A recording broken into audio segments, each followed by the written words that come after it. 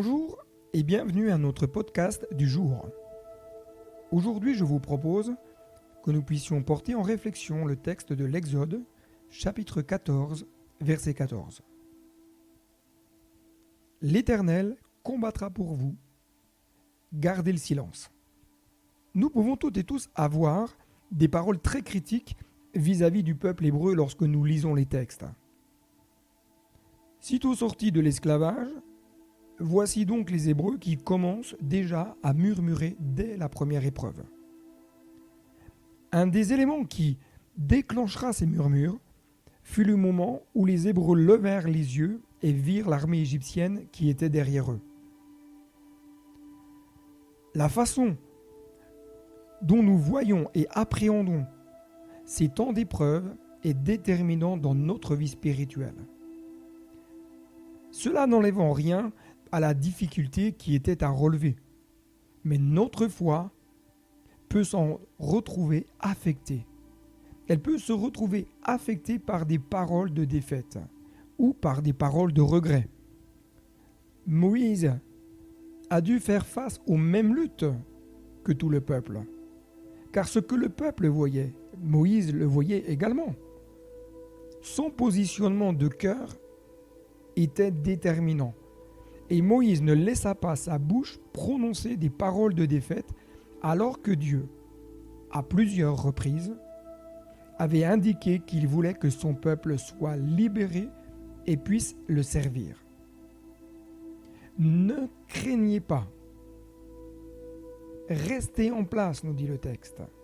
Regardez la délivrance. Exode 14, 14, je vous rappelle, le texte « L'Éternel combattra pour vous, gardez le silence ». Littéralement, le peuple devait rester tranquille et regarder ce que Dieu allait faire pour eux. Être tranquille, c'est faire taire tous nos raisonnements qui sont contraires à la pensée de Dieu. Être tranquille, c'est se placer dans le creux des bras du Père. Être tranquille, c'est garder cette confiance que Dieu va agir. Vous et moi, nous avons déjà rencontré de nombreuses épreuves.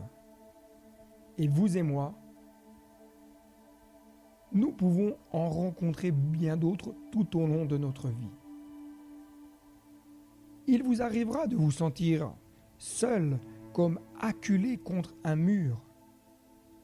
Mais comme Moïse, veillez à ce que votre bouche ne prononce pas des paroles de murmure. Veillez à ce que votre bouche ne prononce pas des paroles de défaite.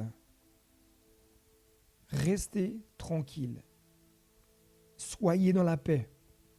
Dieu est au contrôle, même si tout ce qui vous environne démontre une défaite.